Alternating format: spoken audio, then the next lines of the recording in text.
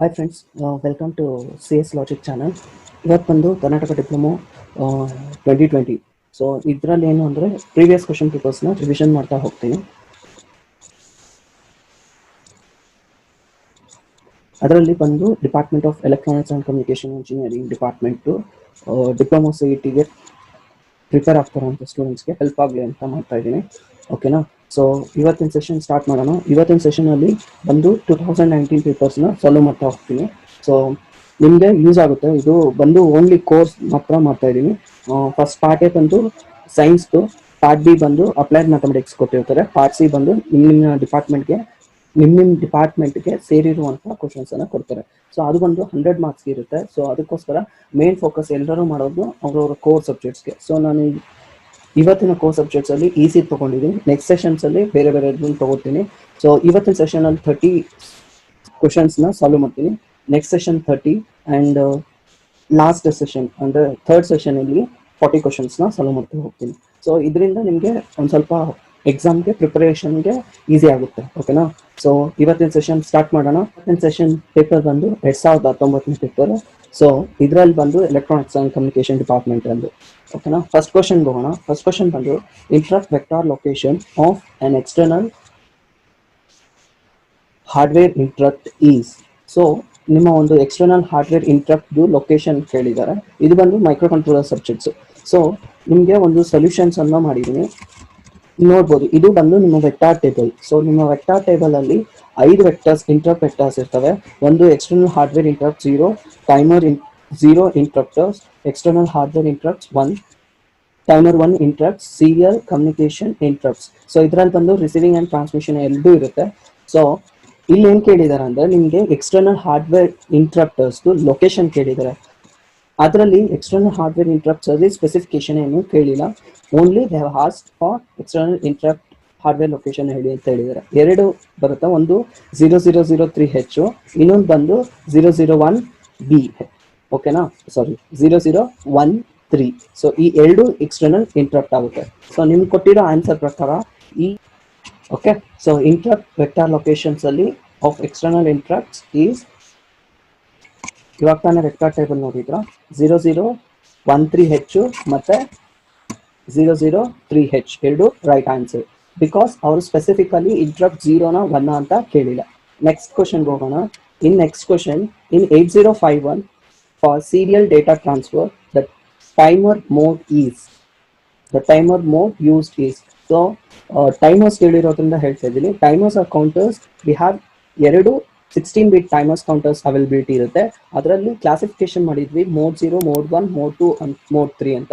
So ಯಾವ timer ಯಾವ ಮೋಡಲ್ಲಿ ನಿಮ್ಮ ಒಂದು ಸೀರಿಯಲ್ ಡೇಟಾ ಟ್ರಾನ್ಸ್ಮಿಷನ್ ಆಗುತ್ತೆ 8051 ಅಂತ ಕೇಳಿದ್ದಾರೆ. It is right answer is timer 1 in mode 2. ಇದರಲ್ಲಿ ಬಂದು ನಿಮ್ಮ ಒಂದು serial data transmission takes place ಆಗುತ್ತೆ. ಓಕೆನಾ? ನೆಕ್ಸ್ಟ್ ಕ್ವಶನ್ ಬಂದು ಸೂಪರ್ ಪೊಸಿಷನ್ ಥಿಯರಮ್ ಬಗ್ಗೆ ಕೇಳಿದ್ದಾರೆ. ಇದು ಬಂದು ನಿಮ್ಮ BEEE ಅಂದರೆ basic electrical and electronics engineering subject ಕೇಳಿದ್ದಾರೆ. ಸೊ ಇದರಲ್ಲಿ ಹೆಂಗೆ ಕೇಳಿದ್ದಾರೆ ನೋಡಿ. Superposition theorem can be applied to a linear bilateral network having. So ಇದರಲ್ಲಿ ಯಾವುದಕ್ಕೆ ಸೂಪರ್ ಪೊಸಿಷನ್ ಥಿಯರಮನ್ನು ಅಪ್ಲೈ ಮಾಡ್ಬೋದು?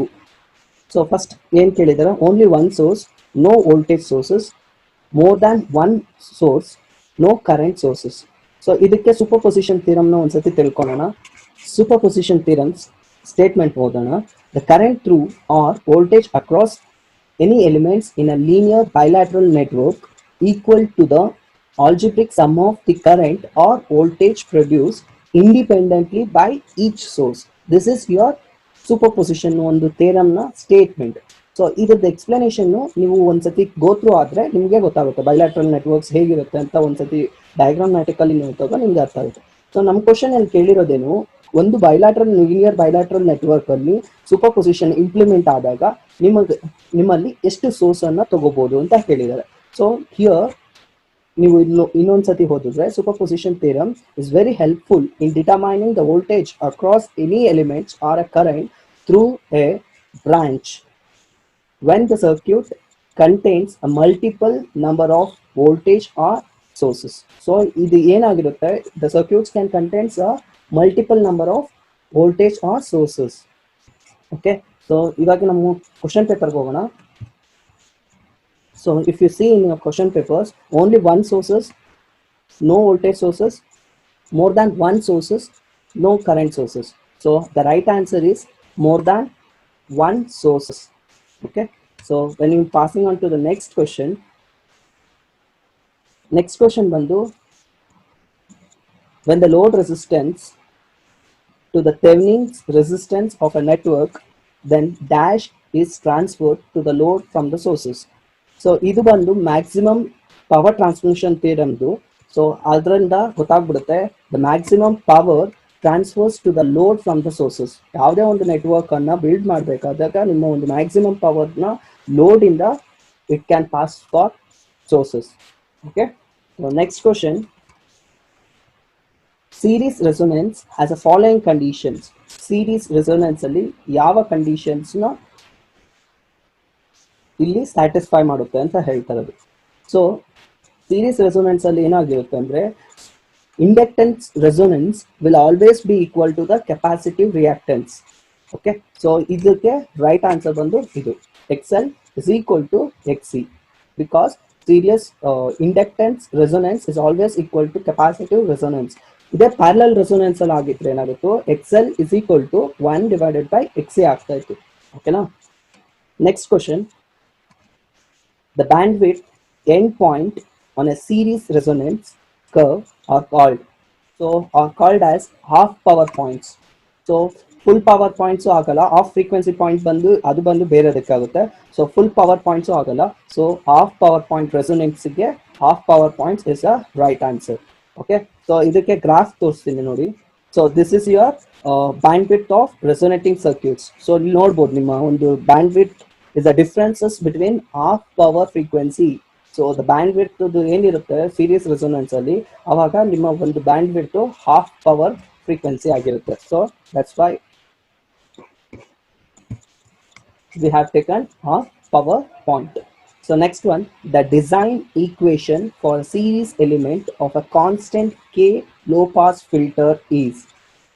ಒಂದು ಕಾನ್ಸ್ಟೆಂಟ್ ಲೋ ಪಾಸ್ ಫಿಲ್ಟರ್ದು ಸೀರೀಸ್ ಈಕ್ವೇಶನ್ ಏನು ಅಂತ ಕೇಳಿದ್ದಾರೆ. That is R0 divided by pi into carrier frequency. So ಇದು ನಿಮ್ಮ ಒಂದು ಸ್ಟ್ಯಾಂಡರ್ಡ್ ಈಕ್ವೇಶನ್ನ ಆನ್ಸರ್. ಓಕೆ, ಸೊ ನೆಕ್ಸ್ಟ್ ಕ್ವಶನ್ಗೆ ಹೋಗೋಣ. Next question, equation for characteristic impedance of a transmission line is. So transmission line to characteristic impedance ಹೇಳ್ಬೇಕು. So that is your Z0 is equal to square root of Z divided by Y. So if Z is equal to ಏನಾಗುತ್ತೆ ಅಂದ್ರೆ Z is equal to ನಿಮಗೆ ಇದು ತೋರಿಸ್ತೀನಿ formula.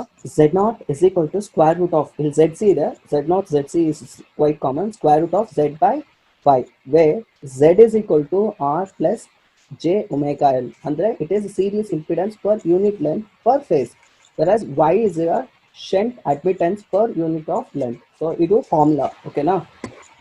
Passing on to the next question. Next question is, in amplitude modulation, amplitude of the carrier signal is varied in accordance with the amplitude of the dash signal. So first thing ನಾನು ಹೇಳ್ತೀನಿ ನೋಡಿ, modulation ಅಂದ್ರೆ ಏನು? The modulation is a process of altering or changing in accordance with the carrier signals. ಯಾವುದನ್ನ modulation ಅಂದ್ರೆ ಏನು? ಎರಡು signals ಇರುತ್ತೆ. ಒಂದು ಮಾಡ್ಯುಲೇಷನ್ ಅಲ್ಲಿ ಕೆರಿಯರ್ ಸಿಗ್ನಲ್, ಇನ್ನೊಂದು ಬಂದು information signals.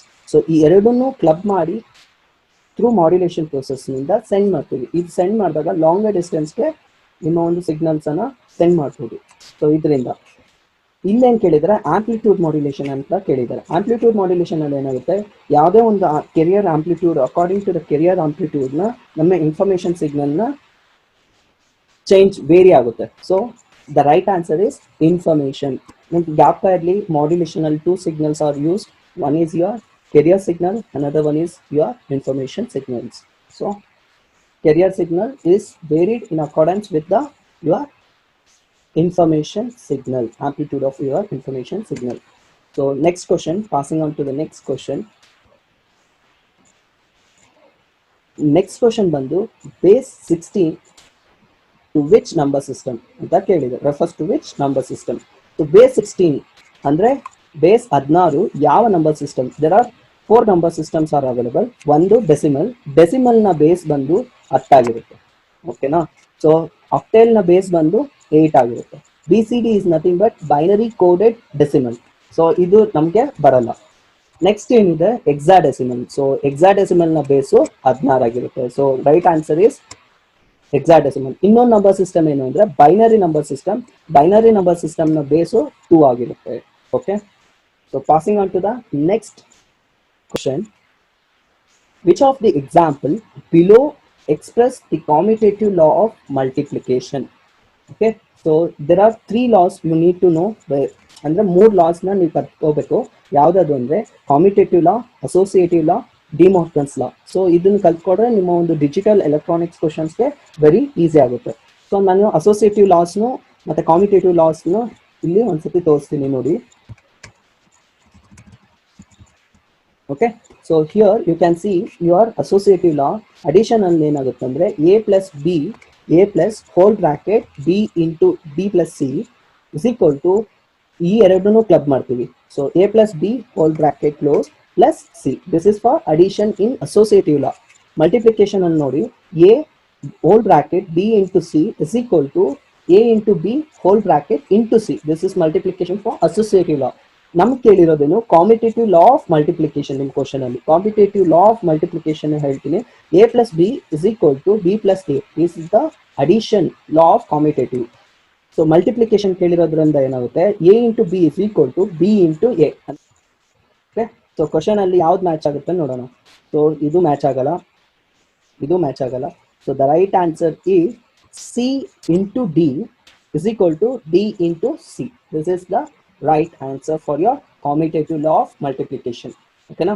So associative law, commutative law, De Morgan's law ಇವೆಲ್ಲ ಮೂರನ್ನು ಕಲ್ತ್ಕೊಂಡ್ರೆ ನಿಮ್ಮ ಒಂದು ಡಿಜಿಟಲ್ ಎಲೆಕ್ಟ್ರಾನಿಕ್ಸ್ ಕ್ವಶನ್ಸ್ಗೆ ತುಂಬಾನೇ ಈಸಿ ಆಗುತ್ತೆ. ಓಕೆ, ನೆಕ್ಸ್ಟ್ ಕ್ವಶನ್ 92 ಕ್ವಶನ್ ಹೋಗೋಣ. Apply De Morgan's theorem to the expression. Given expression ಇದು. ಇದನ್ನ ನಾವು ಡಿ ಮಾರ್ಗನ್ಸ್ ರೂಲ್ಸ್ ಯೂಸ್ ಮಾಡಿಕೊಂಡು ರಿಡ್ಯೂಸ್ ಮಾಡಬೇಕು. ಯಾವ ತರ?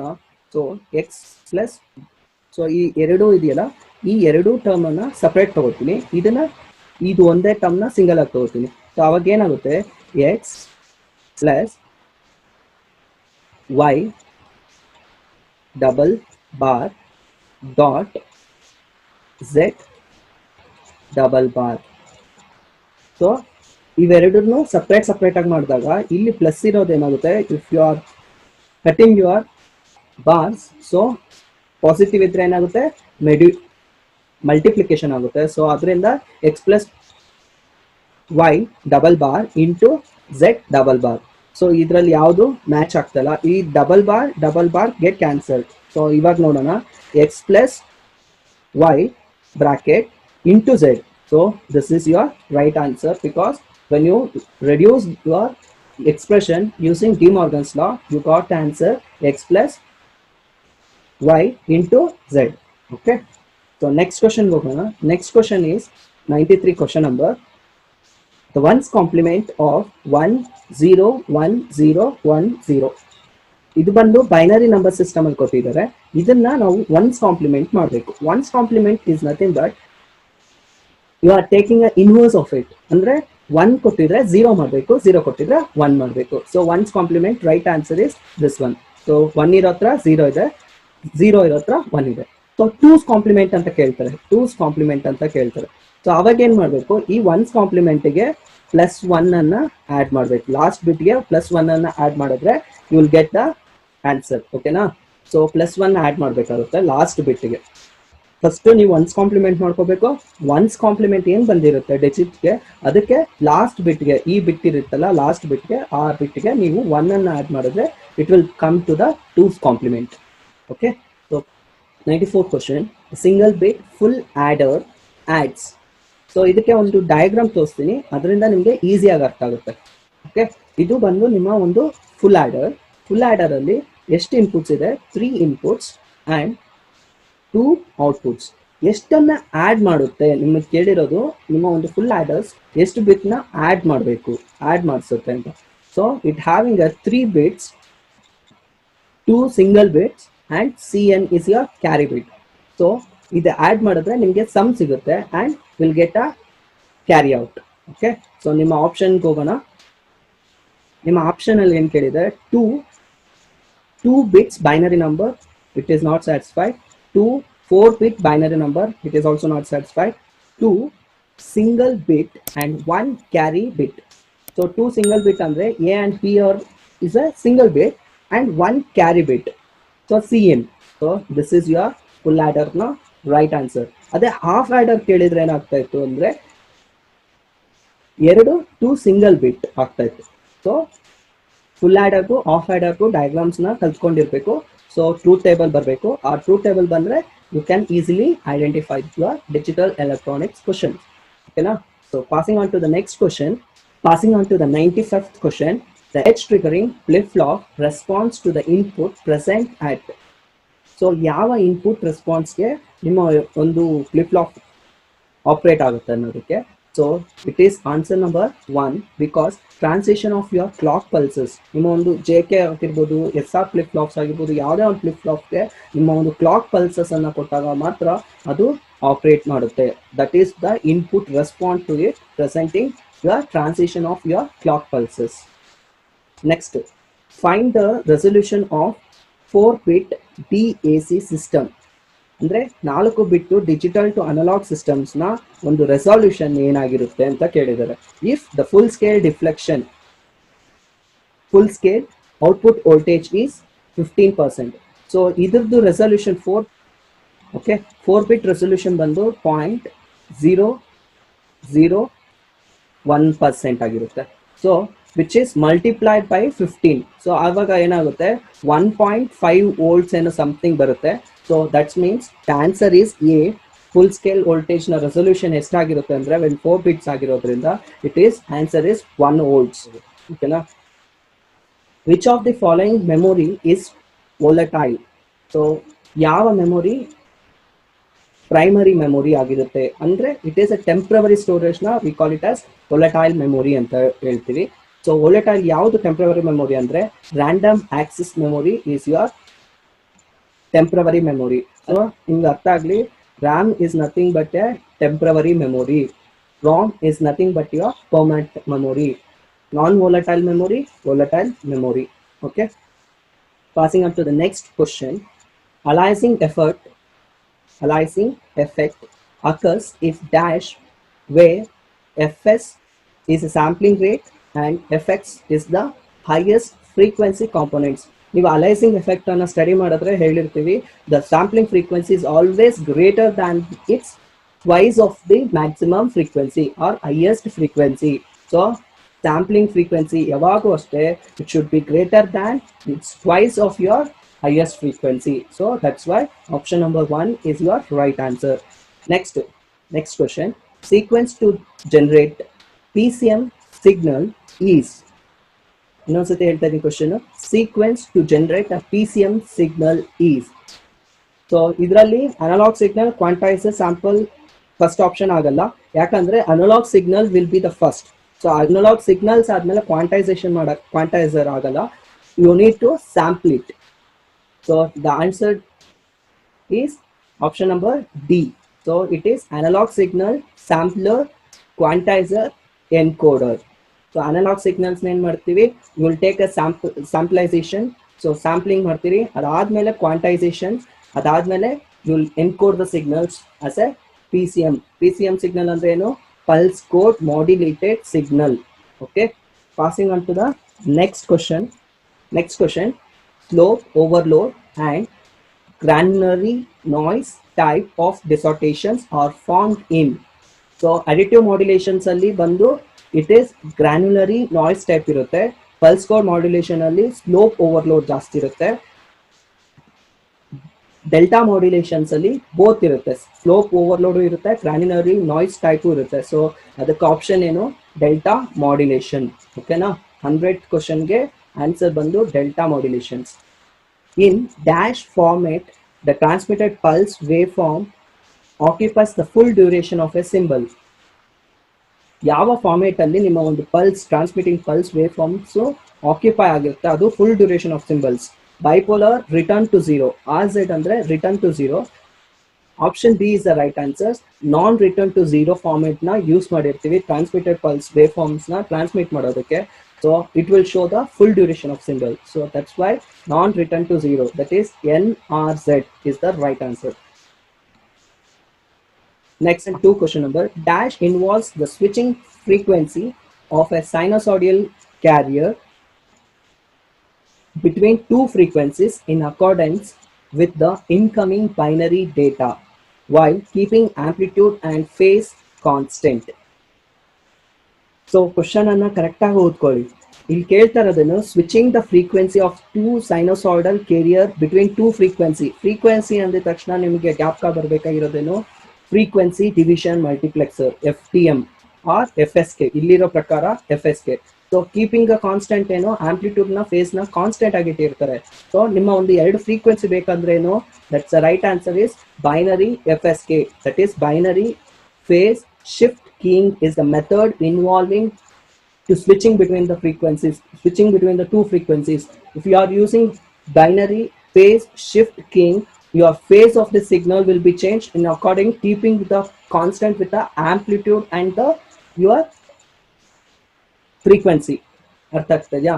ನೆಕ್ಸ್ಟ್ ಏನು binary amplitude shift keying. So where amplitude is varying according to the signals. DPSK ಅಂದ್ರೆ ಏನು differential phase shift keying, differential phase shift keying. ಓಕೆನಾ? ಸೊ ನಮ್ಗೇನು ಫ್ರೀಕ್ವೆನ್ಸಿ ವೇರಿ ಆಗ್ತಾ ಇದೆ ಸೈನೋಸಾಯ್ಡಲ್ ಬಿಟ್ವೀನ್ ಟೂ ಫ್ರೀಕ್ವೆನ್ಸಿ ತಗೋತಾ ಇದೀವಿ ಬೈನರಿ ಡೇಟಾಗೋಸ್ಕರ. ಸೊ ಅದರಿಂದ ಇದೇನಾಗುತ್ತೆ BFSK is your right answer. Next question 103 in dash multiple signal shares the common bandwidth of single communication channel, each occupies a separate position of bandwidth. So bandwidth also comes under the frequency. Okay, so first ಏನು ಕೇಳಿದ್ದಾರೆ option ಕೊಟ್ಟಿರೋದು ನೋಡಿ TDM time division multiplexing. So ನಿಮ್ಮ ಒಂದು signals ಇದೆಯಲ್ಲ ಆ signals ನ ಹೇಗೆ ಅಲೋಕೇಶನ್ ಮಾಡಿರ್ತಾರೆ ಅಂದ್ರೆ position in accordance with the time period. Next TDMA. So ಇಲ್ಲಿ ಏನ್ ಮಾಡಿರ್ತಾರೆ time division multiple Axis. So multiple Axis method use ಮಾಡಿಕೊಂಡು ಡಿಫ್ರೆಂಟ್ ಫ್ರೇಮ್ಸ್ಗೆ ಡಿಫ್ರೆಂಟ್ ಟೈಮ್ ಸ್ಲಾಟ್ಸ್ ಅನ್ನ ಕೊಟ್ಟಿರ್ತಾರೆ. Next is code division CDMA code division multiple Axis. So code division multiple Axis method ಅನ್ನ use ಮಾಡಿರ್ತಾರೆ. Next ಇರೋದೇ FDM is your right answer because frequency division multiplexing ಅಲ್ಲಿ ಏನಾಗುತ್ತೆ ಅಂದ್ರೆ each channel ಸಿಗ್ನಲ್ಸ್ಗೆ each channel ಕಮ್ಯುನಿಕೇಶನ್ಗೆ ಏನು ಮಾಡಿರ್ತಾರೆ ಅಂದರೆ ಸಪ್ರೇಟ್ ಫ್ರೀಕ್ವೆನ್ಸಿ ಬ್ಯಾಂಡ್ ಅನ್ನು ಅಲೋಕೇಟ್ ಮಾಡಿರ್ತಾರೆ. It is not in slot of time, it is only taken in slot off frequency. So ಅದಕ್ಕೆ frequency division multiplexing ಅಲ್ಲಿ ನಿಮ್ಮ ಒಂದು ಫ್ರೀಕ್ವೆನ್ಸಿ ಬ್ಯಾಂಡ್ ಈಚ್ ಒಂದೊಂದು ಸಿಗ್ನಲ್ಸ್ಗೆ ಒಂದು ಕಾಮನ್ ಬ್ಯಾಂಡ್ ವಿಡ್ತ್ ಪೊಸಿಷನ್ ಅನ್ನು ಅಲೋಕೇಟ್ ಮಾಡಿರ್ತಾರೆ, ಅದು in terms of band width. Okay, so the answer is FDM. Next question unguided media uses dash as transmission medium. So ಈ question ಹೋಗಕ್ ಮುಂಚೆ ನಿಮ್ಗೆ ಒಂದು ಇಮೇಜಸ್ ತೋರಿಸ್ತೀನಿ. Your transmission medium. ಓಕೆ, ಈ ಟ್ರಾನ್ಸ್ಮಿಷನ್ ಮೀಡಿಯಂ ನೋಡಿದ ತಕ್ಷಣ ನಿಮ್ಗೆ ಅರ್ಥ ಆಗಬೇಕು ನಿಮ್ಮ ಒಂದು ಕಮ್ಯುನಿಕೇಶನ್ ಸಬ್ಜೆಕ್ಟ್ ತಗೋತಾ ಇದ್ದೀರಾ. ಸೊ ಕಮ್ಯುನಿಕೇಶನ್ ಸಬ್ಜೆಕ್ಟ್ ಅಲ್ಲಿ ಓದಿದ್ದೀರಾ. Transmission medium is classified into guided medium and unguided medium. ಎರಡಿದೆ, ಗೈಡೆಡ್ ಮೀಡಿಯಂ ಮತ್ತು ಅನ್ಗೈಡೆಡ್ ಮೀಡಿಯಂ. ಗೈಡೆಡ್ ಮೀಡಿಯಂ ಅಲ್ಲಿ ಏನಾಗುತ್ತೆ each on communications will have a physical media. ಇಲ್ಲಿ twisted pair of cable will have a physical device. So coaxial is also physical. Optical fiber communication is also a cable. So that is also physical medium irutte. Guided medium alli enirutte physical media irutte. So unguided medium alli enutte there is a passing of information through the air. Unguided andre there is no any physical media to transmit the information. So here unguided medium alli enagirutte radio wave signals, microwaves or infrared or your satellite communications comes under your unguided media. Okay, that media uses dash as a transmission media ant kelidare. So unguided media dalli twisted pair cable barala, it is because it is a guided medium. Coaxial cable is also a guided medium. Fiber optics cable is also a guided medium because it has a physical appearance. Where your air is your right answer for your unguided medium. So ನಿಮ್ಮ unguided medium ಗೆ ಯಾವುದು right answer ಅಂದ್ರೆ air. because all the unguided medium will be passed through the air. Wireless communication ಆಗಿರ್ಬೋದು, ನಿಮ್ಮ ಒಂದು mobile communications ಆಗಿರ್ಬೋದು. So this all comes under the unguided medium, which is the passing of informations which is taken place through an air. Okay, so passing on to the next question. Dash are used when spanning distance is less than 2 or 3 kilometers in connections with computer networks. ನಿಮ್ಮ ಒಂದು spinning distance ನ ಆಧಾರವಾಗಿ ಇಟ್ಕೊಂಡು ಯಾವ computer network ಅನ್ನ ಇಲ್ಲಿ use ಮಾಡಬಹುದು ಅಂತ ಕೇಳಿದ್ದಾರೆ. So first option LAN. LAN ಅಂದ್ರೆ ಲೋಕಲ್ ಏರಿಯಾ ನೆಟ್ವರ್ಕ್. ಇದ್ರದ್ದು ರೇಂಜ್ ಬಂದು ಏನಿರುತ್ತೆ ಅಂದ್ರೆ building to building or it is around in 2 to 3 kilometre distance ಅಲ್ಲಿ ಯೂಸ್ ಮಾಡಬಹುದು. ಮ್ಯಾನ್ ಅಂದ್ರೆ metropolitan area network. Metropolitan area network ಅಂದ್ರೆ ನಿಮ್ಮ ಒಂದು cities to city interconnections network. ಅಂದ್ರೆ it is depends on the city to city connections. So there we are using the metropolitan area network. WAN ಅನ್ನೋದಿದೆಯಲ್ಲ, WAN ಅಂದ್ರೆ wide area network. ಓಕೆನಾ? So wide area networks ಅಲ್ಲಿ ಏನಾಗುತ್ತೆ ಅಂದ್ರೆ which is use world wide. ಅಂದ್ರೆ ಇವಾಗ for example ಬ್ಯಾಂಗ್ಳೂರಲ್ಲಿ ಒಂದು branch ಇರುತ್ತೆ, ಇನ್ನೊಂದು ಬ್ರಾಂಚ್ ಬಂದು ದುಬೈಯಲ್ಲಿ ಇರುತ್ತೆ. So there communicating network, computer network where we are using is WAN. Okay. PAN ಅಂದ್ರೆ personal area networks. Personal area network ಅಂದ್ರೆ for example your Bluetooth, your Wi-Fi, all this networking, computer networking comes under the PAN, personal area networks. So the right answer is LAN, local area network, because its spanning distance is 2 to 3 kilometers around. Okay. Next, dash layer in the OSI model is responsible for assigning a global unique address to every devices. So ಯಾವ ಒಂದು layer ನ use ಮಾಡಿಕೊಂಡು OSI model. So first OSI model ನೋಡೋಣ, ಯಾವ್ದಾದಕ್ಕೆ ಯಾವ್ದಾದ್ರು responsibility ಇರುತ್ತೆ. So ಅದನ್ನ ನೋಡ್ಕೊಂಡ್ರೆ ಈ ಕ್ವಶನ್ಗೆ ಆರಾಮಾಗಿ ಆನ್ಸರ್ ಮಾಡ್ಬೋದು. So this is your OSI model. So ನಿಮ್ಮ OSI models ಅಲ್ಲಿ ಏನಿರುತ್ತೆ ಅಂದ್ರೆ 7 ಲೇಯರ್ಸ್ ಇರುತ್ತೆ. ಸೊ 7 ಲೇಯರ್ಸು ಫಸ್ಟ್ ಬಂದು physical layer, data link layer, networking layer, transport layer, session layer, presentation, applications. So ಈ ಎಲ್ಲಾ ಲೇಯರ್ಸ್ನು ಸೇರಿಸಿ OSI model ಮಾಡಿರ್ತಾರೆ. ಇನ್ನೊಂದು ಮಾಡೆಲ್ ಇದೆ TCP model. TCP ನಲ್ಲಿ ಏನಾಗುತ್ತೆ ಅಂದ್ರೆ you will have a 4 layer TCP IP ನಲ್ಲಿ 4 ಲೇಯರ್ಸ್ ಇರುತ್ತೆ. 4 ಲೇಯರ್ಸ್ ಯಾವ್ದು? Physical layer, data link layer, physical layer club ಆಗಿರುತ್ತೆ, ನೆಟ್ವರ್ಕ್ ಲೇಯರ್ ಮತ್ತೆ ಇಂಟರ್ನೆಟ್ ಲೇಯರ್. ನೆಟ್ವರ್ಕ್ ಲೇಯರ್ ನ ಏನ್ ಮಾಡಿದ್ದೇವೆ ಇಂಟರ್ನೆಟ್ ಲೇಯರ್ ಆಗಿರುತ್ತೆ. ನೆಕ್ಸ್ಟ್ ಬಂದು ಟ್ರಾನ್ಸ್ಪೋರ್ಟ್ ಲೇಯರ್. ಸೊ ಅದಾದ್ಮೇಲೆ ಮಿಕ್ಕಿರೋ ಎಲ್ಲಾ ಲೇಯರ್ಸ್ ಸೇರಿಸಿ ಒಂದೇ ಲೇಯರ್ ಮಾಡಿರ್ತೀವಿ, application layers. So TCP IP ನಲ್ಲಿ 4 ಲೇಯರ್ಸ್ ಇರುತ್ತೆ. OSI ಮಾಡಲ್ಸ್ ಅಲ್ಲಿ 7 ಲೇಯರ್ಸ್ ಇರುತ್ತೆ. ಸೊ ಫಿಸಿಕಲ್ ಲೇಯರ್ ಬಂದ್ರೆ ಇದ್ರಲ್ಲಿ ಏನಾಗುತ್ತೆ physical wires. So physical wires we are used as a sending the data. Data link layer ಅಲ್ಲಿ ಏನಾಗುತ್ತೆ ಮ್ಯಾಕ್ ಅಡ್ರೆಸ್. ಮ್ಯಾಕ್ ಅಡ್ರೆಸ್ ಅಂದ್ರೆ ಫಾರ್ ಎಕ್ಸಾಂಪಲ್ ನಿಮ್ಮ ಒಂದು ಮೊಬೈಲ್ ಅನ್ನ ಅಪ್ಲಿಕೇಶನ್ ಅನ್ನ ನೋಡಿದಾಗ ನಿಮಗೆ when you go for settings and mobile settings ಅಲ್ಲಿ ಅಬೌಟ್ ಅಲ್ಲಿ ನೋಡಿದಾಗ ನಿಮ್ಗೆ ಗೊತ್ತಾಗುತ್ತೆ ಮ್ಯಾಕ್ ಅಡ್ರೆಸ್ ಇರುತ್ತೆ ನಿಮ್ಮ ಒಂದು ಡಿವೈಸಸ್ ನ ಐಡೆಂಟಿಫಿಕೇಶನ್ಗೋಸ್ಕರ.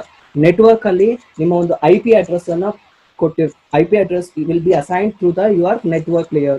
Transport layer ಅಲ್ಲಿ ಏನಾಗುತ್ತೆ ನಿಮ್ಮ ಒಂದು transport of protocols, receiving and sending of datas will be done by the transport layer. Establishing session ಅಂದ್ರೇನು? It will establish a session between one host to another host. 2 host ಇದ್ರೆ 2 users ಇದ್ದಾಗ 2 hosts ನ establishing connection establishing ಮತ್ತೆ end connection ಮಾಡೋದಕ್ಕೆ you are using a session layer.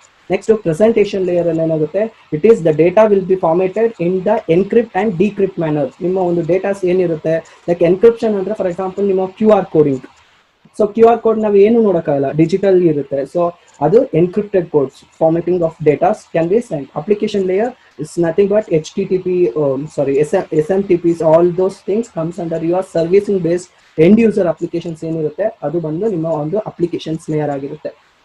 ನಮ್ಮ question ಪ್ರಕಾರ ಏನ್ ಕೇಳಿದರೆ ಎಲ್ಲಿ ನಮ್ಮ ಒಂದು IP ಅಡ್ರೆಸಸ್ ಅನ್ನ ಅಸೈನ್ ಮಾಡ್ತೀವಿ ಅಂದ್ರೆ that is comes in your OSI model, that is network layer. Okay. So going to the questions ಅನ್ನು ಓದಿದಾಗ ನಿಮ್ಗೆ ಕ್ವಶನ್ಸ್ ಅಲ್ಲೇ ಅರ್ಥ ಆಗ್ಬಿಡುತ್ತೆ. The layer of OSI model is responsible for assigning a global unique address to the every devices that is network layer. Right answer is networking layer. So passing on to the next question. Ethernet is a dash network. It is a broadcast network which broadcasts for a session like radio, televisions, ಆ ಥರ type of networks ಅಲ್ಲಿ Ethernet ಅನ್ನ use ಮಾಡಿರ್ತೀವಿ. ಯೂನಿಕ್ಯಾಸ್ಟ್ ಅಂದ್ರೇನು? Single user single receiver ಇರುತ್ತೆ, ಒಂದು user ಒಂದು receiver ಇರುತ್ತೆ. ಮಲ್ಟಿಕ್ಯಾಸ್ಟ್ ಅಲ್ಲಿ ಏನಾಗುತ್ತೆ multicast is nothing but one user and it is a group like group communication ಮಾಡಬೇಕಾದ್ರೆ ಮಲ್ಟಿಕಾಸ್ಟಿಂಗ್, ಒನ್ ಸೆಂಡರ್ ಇರ್ತಾರೆ, ಮೆನಿ ರಿಸೀವರ್ಸ್ ಇರ್ತಾರೆ, so that is you called as multicast. Okay, next is 151.168.212.192 is an example of dash IP address. First ನೀವು ಎಲ್ಲ ಕ್ಲಾಸಸ್ಗೆ ಯಾವ್ಯಾವ addresses ಬರುತ್ತೆ, ಯಾವ class ಅಂತ ನೀವು ಒಂದು ಸತಿ ಐಡೆಂಟಿಫೈ ಮಾಡಬೇಕು. ಸೊ ಅದಕ್ಕೋಸ್ಕರ ನಾನು ಒಂದು ಟೇಬಲ್ ಇದೆ, ಟೇಬಲ್ ತೋರಿಸ್ತೀನಿ ನೋಡಿ. IP addresses classification. So class A ಬಂದು 1ರಿಂದ 127ವರೆಗೆ ನಿಮ್ಮ ಒಂದು ಕ್ಲಾಸ್ ಏನಲ್ಲಿರುತ್ತೆ. ನಿಮ್ಮ ಆಕ್ಟೇಲ್ ಅಂದ್ರೆ ಫಸ್ಟ್ ಡಿಜಿಟ್ಸ್ ಏನ್ ಕೊಟ್ಟಿರ್ತಾರೆ ಅದನ್ನ ನೋಡಿದ ತಕ್ಷಣ ಅರ್ಥ ಆಗುತ್ತೆ ನೀವು ಯಾವ ಕ್ಲಾಸಲ್ಲಿ ಯಾವ ಕ್ಲಾಸ್ ಅಡ್ರೆಸ್ ಅಂತ ಐಡೆಂಟಿಫೈ ಮಾಡ್ಬೋದು. ಕ್ಲಾಸ್ ಬಿ ಬಂದು 128ಇಂದ 191, so class C 192 to 223, class D 224 to 239, class E 240 to 255. ಇವೆರಡು ಏನಿದೆ ಒಂದು multicasting, it is used for in class E used for scientific research. Okay, class D is used for multicasting. So class C, class B, class A so used for general applications. ನಾವು ಏನು use ಮಾಡ್ತಾ ಇದೀವಿ ಇವೆಲ್ಲ ನಮ್ಮ 3 classes ಅಲ್ಲೇ ಬರುತ್ತೆ. So ಇನ್ನೊಂದು ಏನು ಕಲ್ತ್ಕೋಬೇಕಂದ್ರೆ ನಿಮ್ಮ ಒಂದು ನೆಟ್ವರ್ಕ್ ಅಂಡ್ ಹೋಸ್ಟ್, ಯಾವ್ದ್ರಲ್ಲಿ ನೆಟ್ವರ್ಕ್ ಅಲ್ಲಿ ಕ್ಲಾಸ್ ಎ ನಲ್ಲಿ ಒಂದು ನೆಟ್ವರ್ಕ್ ಐಡಿ ಇರುತ್ತೆ, 3 ಹೋಸ್ಟ್ ಐಡಿಸ್ ಇರುತ್ತೆ. ಕ್ಲಾಸ್ ಬಿ ನಲ್ಲಿ 2 ನೆಟ್ವರ್ಕ್ ಐಡಿ ಇರುತ್ತೆ, 2 ಹೋಸ್ಟ್ ಐಡಿ ಇದೆ. ಬಿಕಾಸ್ ನಿಮ್ಮ ಒಂದು ಪ್ರೀವಿಯಸ್ ನೆಕ್ಸ್ಟ್ ಪೇಪರ್ಸ್ ಅಲ್ಲಿ ಇದು ಕೇಳಿದ್ದಾರೆ, ಯಾವ ಕ್ಲಾಸ್ ಅಲ್ಲಿ ಎಷ್ಟು ನೆಟ್ವರ್ಕ್ ಐಡಿ ಇದೆ, ಎಷ್ಟು ಹೋಸ್ಟ್ ಐಡಿ ಇದೆ ಅಂತ ನೀವು ಗೊತ್ತಾಗಬೇಕು. IP ಅಡ್ರೆಸಸ್ ಅಲ್ಲಿ ಏನಿರುತ್ತೆ ಅಂದ್ರೆ ನಿಮ್ಮ ಒಂದು IPv4, ದಿಸ್ ಇಸ್ IPv4 ಅಲ್ಲಿ ಏನಾಗುತ್ತೆ 32 ಬಿಟ್ಸ್ ಅಡ್ರೆಸ್ ಇರುತ್ತೆ. ಓಕೆನಾ. ಸೊ ನೆಕ್ಸ್ಟ್ ಒಂದೊಂದು ಆಕ್ಟೇಲ್ ಅಂದ್ರೆ ಒಂದೊಂದು ಡಾಟ್ ಎಕ್ಸಾ ಇದೆಯಲ್ಲ ಇದರಲ್ಲಿ 88 ಬಿಟ್ಸ್ ಇರುತ್ತೆ. ಸೊ ಟೋಟಲಿ 32 ಬಿಟ್ಸ್ ಇರುತ್ತೆ long. Okay, so class B 2 network 2 host ಇರುತ್ತೆ, ಕ್ಲಾಸ್ ಸಿ 3 ನೆಟ್ವರ್ಕ್ 1 ಹೋಸ್ಟ್ ಇರುತ್ತೆ. ಸೊ ಈ 3 ನಿಮ್ಗೆ ಯಾವ್ಯಾವ ರೇಂಜ್ ಅಲ್ಲಿ ಇದೆ ಅಂತ ನಿಮ್ಗೆ octal system first octal range ನೋಡಿದ ತಕ್ಷಣ ನಿಮ್ಗೆ ಯಾವ ಕ್ಲಾಸಸ್ ಅಂತ ಅಂಡರ್ಸ್ಟ್ಯಾಂಡ್ ಆಗುತ್ತೆ. ಓಕೆನಾ. Passing to the question. ಸೊ ಕ್ವಶನ್ಗೆ ಹೋಗೋಣ. 151. ಸೊ 151 ಏನಾಗಿರುತ್ತೆ, ಸೊ 0 to 127 ಅಂದ್ರೆ ಕ್ಲಾಸ್ ಎ ನಲ್ಲೇ ಬರುತ್ತೆ. So this is your class A IP address. So next is the term of socket is defined as. So the term of socket is defined as your IP address plus port number. For example, ನಿಮ್ಮ ಒಂದು Google ಹೋದಾಗ ನಿಮ್ಗೆ ಗೊತ್ತಾಗುತ್ತೆ Google port number ಬಂದು 80 ಇದೆ ಮತ್ತು IP addresses ನ ನೀವು ಐಡೆಂಟಿಫೈ ಮಾಡ್ಬೋದು. when you go for every users and IP addresses will follows the socket address will IP address plus port number ನ ಎರಡು ಫಾಲೋ ಅಪ್ ಮಾಡುತ್ತೆ. ಎರಡು ಫಾಲೋ ಮಾಡಿದ್ರೆ ನಿಮ್ಮ ಒಂದು ಸಾಕೆಟ್ ಅಡ್ರೆಸ್ ನ ಡಿಫೈನ್ಡ್ ಆಗಿರುತ್ತೆ. Okay, now, so the last question of this session, in C, which character is used to terminate the instructions? ಯಾವ characters ಅನ್ನ ಯೂಸ್ ಮಾಡಿದ್ರೆ ನಿಮ್ಮ ಒಂದು ಇನ್ಸ್ಟ್ರಕ್ಷನ್ ನ ಟರ್ಮಿನೇಟ್ ಮಾಡಬಹುದು.